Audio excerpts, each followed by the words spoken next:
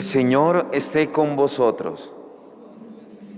Lectura del Santo Evangelio de nuestro Señor Jesucristo según San Marcos.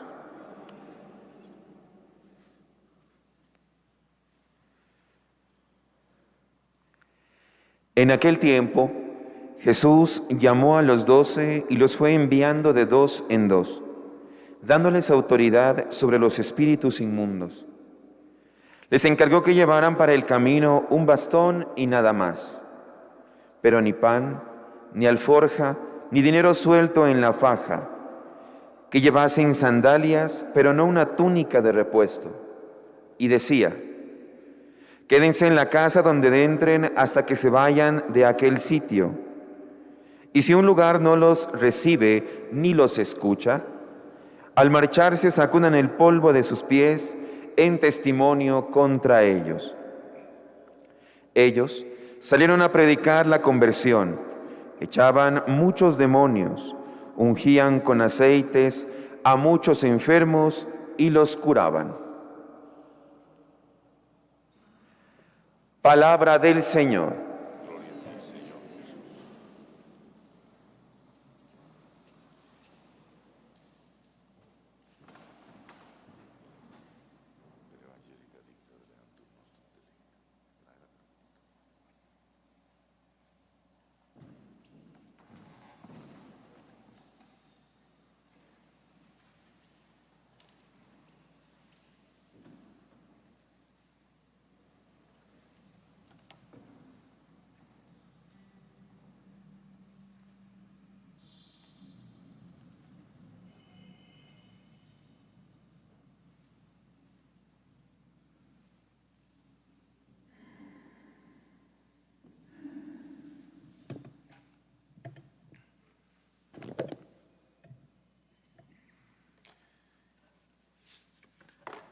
Antes que nada, saludar a todos quienes a través de los medios de comunicación siguen esta Eucaristía, a través de la página de nuestro Facebook Live de la Diócesis de Pasto y a través de Ecos de Pasto, gracias a la generosidad de la Compañía de Jesús. Invitarles a tener en cuenta hoy en las oraciones al señor Cardenal Pedro Rubiano Sáenz, quien está celebrando sus bodas de oro episcopales, a dar gracias al Señor por su fecundo servicio a la Iglesia en Colombia, en diferentes jurisdicciones eclesiásticas, en Cúcuta, en Cali, en Bogotá, y por 3 períodos diferentes como presidente de la Conferencia Episcopal de Colombia, que ya en el atardecer de su vida sienta la fortaleza del Señor y la compañía de nuestras oraciones.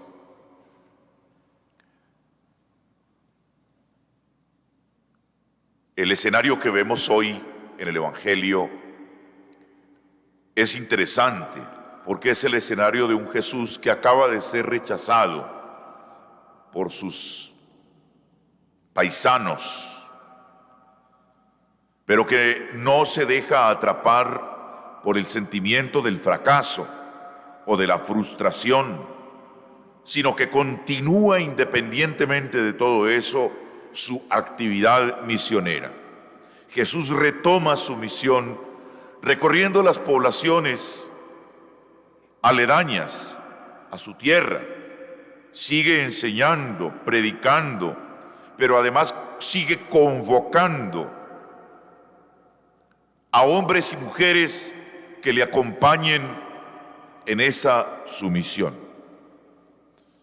Por eso lo que yo quisiera destacar en primer lugar es justamente este hecho. Jesús no se arredra ante la adversidad de que el mensaje predicado no sea bien recibido. Como iglesia que continúa en el tiempo la misión de Jesucristo, debemos tener clara conciencia de que navegamos en aguas que no siempre nos son favorables. El mensaje de Jesucristo ha sido históricamente un mensaje de contradicción. No todos le reciben bien. Cuando se es fiel, coherente con el mensaje del Señor, ese mensaje toca corazones. Pero no muchos corazones están dispuestos a dejarse tocar, porque ese mensaje interpela, invita al cambio, invita a rupturas, con pactos, con costumbres, con modos de vida que no son compatibles con eso que el Señor viene a proclamar. Y de este modo deja en evidencia esos grandes males personales y estructurales que nos deshumanizan, que nos esclavizan. Sin embargo, Jesús continúa con firmeza su predicación y su misión. Pues de la misma manera nosotros como iglesia no podemos detenernos cuando sentimos que el contexto donde la iglesia está presente, siendo portadora de la buena noticia de Jesús, no le es favorable. Continuamos, no nos rendimos. Como dice el apóstol San Pablo, a tiempo y a destiempo, tenemos una palabra. No comprometemos, no hipotecamos ese baluarte ético y moral, ese patrimonio moral que representa el Evangelio y las enseñanzas de la iglesia que de él y de lo que Jesús nos enseña se desprende. La invitación es entonces a ser perseverantes como Jesús, a ser creativos como Jesús y a no dejar de ser testigos del Evangelio en todo momento, tiempo y lugar. En segundo lugar, Jesús llama a los 12, nos dice el Evangelio, y los envía de 2 en 2. 12 es un número significativo. 12 fueron las 12 tribus de Israel que constituyeron el pueblo de Dios que nos describe el Antiguo Testamento, en el cual el Señor tejió su historia de salvación para la humanidad. Jesús convoca a 12 porque está conformando un nuevo pueblo. La iglesia, cimentada sobre esos 12, los apóstoles, es el nuevo pueblo de Dios. Nuestra identidad, nuestra naturaleza es ser pueblo. Pueblo que camina hombro a hombro, caminamos juntos. Somos miembros, ciudadanos de ese mismo pueblo en iguales condiciones. A los 12 que Jesús convoca, no los convoca por ser los mejores. Recordemos muy bien que entre esos 12, uno fue traidor, otro negador, y los demás cobardes, envidiosos, buscaban primeros puestos, no eran perfectos. Recordemos que Jesús dice, no tienen necesidad de médico los que están sanos. Yo he venido a buscar a los que están enfermos. Somos pueblo de Dios en el cual el Señor realiza la salvación, donde cada uno de nosotros nos sentimos frágiles, vulnerables, necesitados de ser amados y liberados por la misericordia de Dios. Hoy deberíamos cuestionarnos nosotros mismos por qué nos miran como una institución a la par de cualquier institución del mundo, como los estados, los gobiernos, distintas organizaciones. Como pueblo somos una realidad organizada y ciertamente hay una característica institucional, pero no debería ser lo primero por lo cual nos identificaran. Nos deberían identificar por ser una comunidad de creyentes que compartimos esta conciencia de la vulnerabilidad, abiertos al amor de Dios, amados, perdonados por Él, y desde esa experiencia del amor y del perdón, una comunidad que en el mundo es fermento de amor, de reconciliación, de respeto, de buen trato. Pero a ese pueblo, a esos 12, el Señor los envía de dos en dos. Los envía de dos en dos. Subrayo estas dos cosas.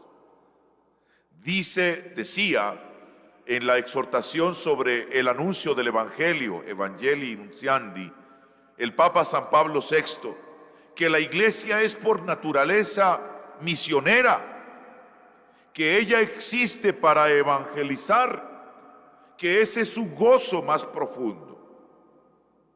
Nosotros, por naturaleza, somos una comunidad de enviados. Eso significa ser misionero.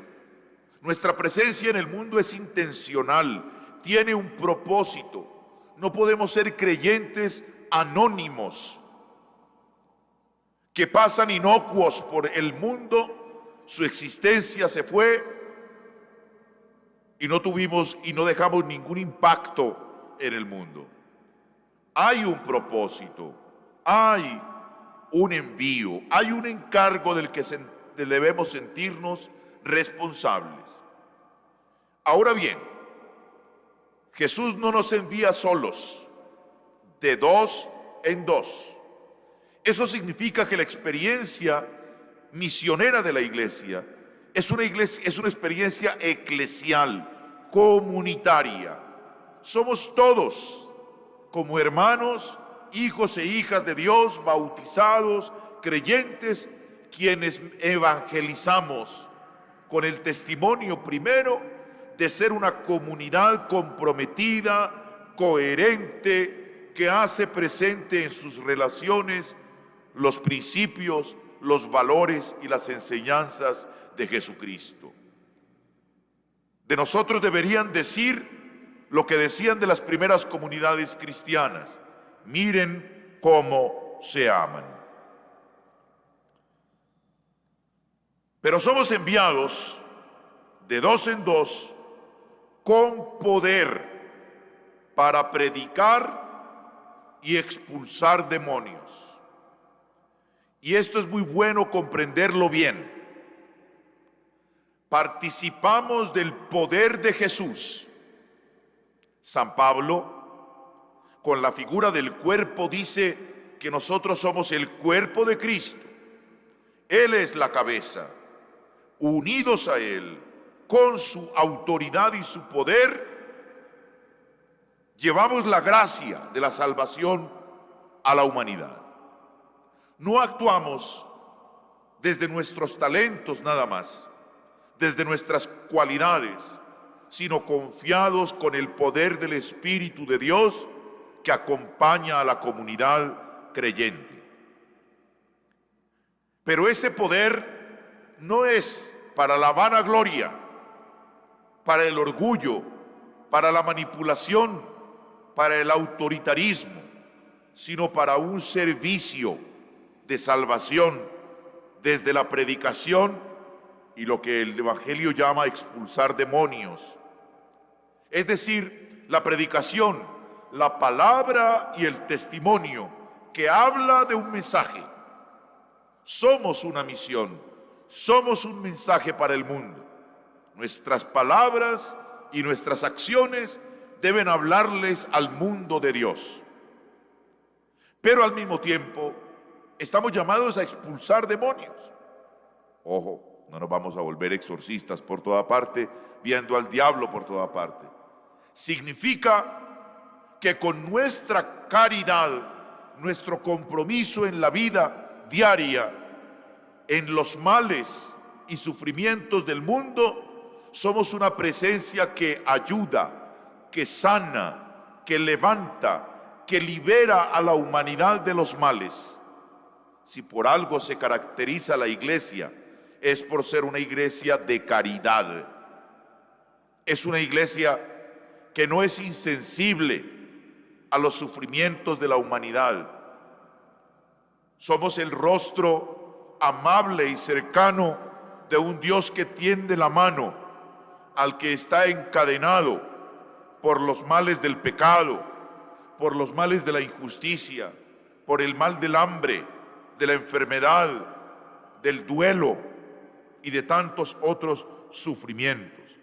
Y allí nos hacemos presentes, derrotando ese reino del mal con nuestro compromiso, con nuestro trabajo diario de ser servidores del amor de Dios, que se hace obras concretas por aquellos que sufren, que pasan necesidades. Acabamos de celebrar la jornada de oración por el Papa. El Papa es ejemplo de eso, de compromiso, de sensibilidad, de caridad.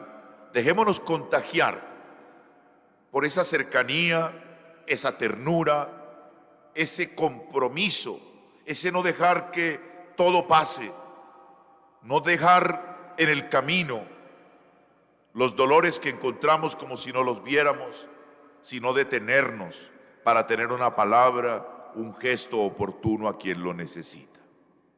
Que así sea. Amén.